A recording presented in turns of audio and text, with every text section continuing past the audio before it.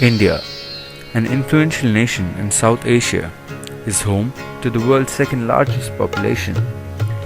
It is a country of bulk variety, arguably the most sundry nation in the world, whether it concerns religious, cultural, or ethnic diversity. It operates the world's most vigorous democratic republic. Its history is undeniably full of both grandeur and austerity. Global warming has been described as the greatest threat facing humanity. It has enormous impacts, especially when human health is considered. The effect on India may be less dramatic in the short term, but over the next 3 to 4 decades, global warming could cause irredeemable harm to the various habitats upon which human societies depend for survival. Floods and droughts that are recurrent in this country are the products of global warming. Global warming would not only increase the range of the dengue-causing Aedes aegypti mosquito, but it would also reduce the size of its larva and ultimately the adult size. An estimated 2.5 billion people are currently at risk from dengue infection. Global warming is the current rise in the average temperature of the Earth's oceans and atmosphere, which is occurring and was initiated by human activities such as deforestation and burning of fossil fuels. Heavy rain is coming more often as global warming continues, an increase that is outstripping the predictions by scientists. And more rainfall means more standing water, which means there is more breeding space for the mosquitoes. The Aedes aegypti mosquito breeds in stagnant water, and it takes only 7 to 10 days from the laying of eggs to 100 to 400 larvae bringing up in the water. We interviewed a dengue specialist, Dr. Hemant Chawla, who had a lot to say about the dengue outbreak in Delhi and in NCR region around Delhi and Noida.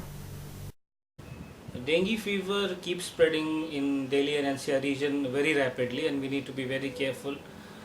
And normally it's easy to diagnose and get it detected, but one needs to be really careful. We normally ask for platelet counts and see whether the platelet counts are proper. We diagnose this in that way. We know that dengue is a fever, but is it the same as normal fever? Characteristics of dengue fever are different from the common causes of fever. In dengue, normally there is pain in eyes, pain in muscles and joints, and there is also a risk of developing skin rashes. So we need to be careful.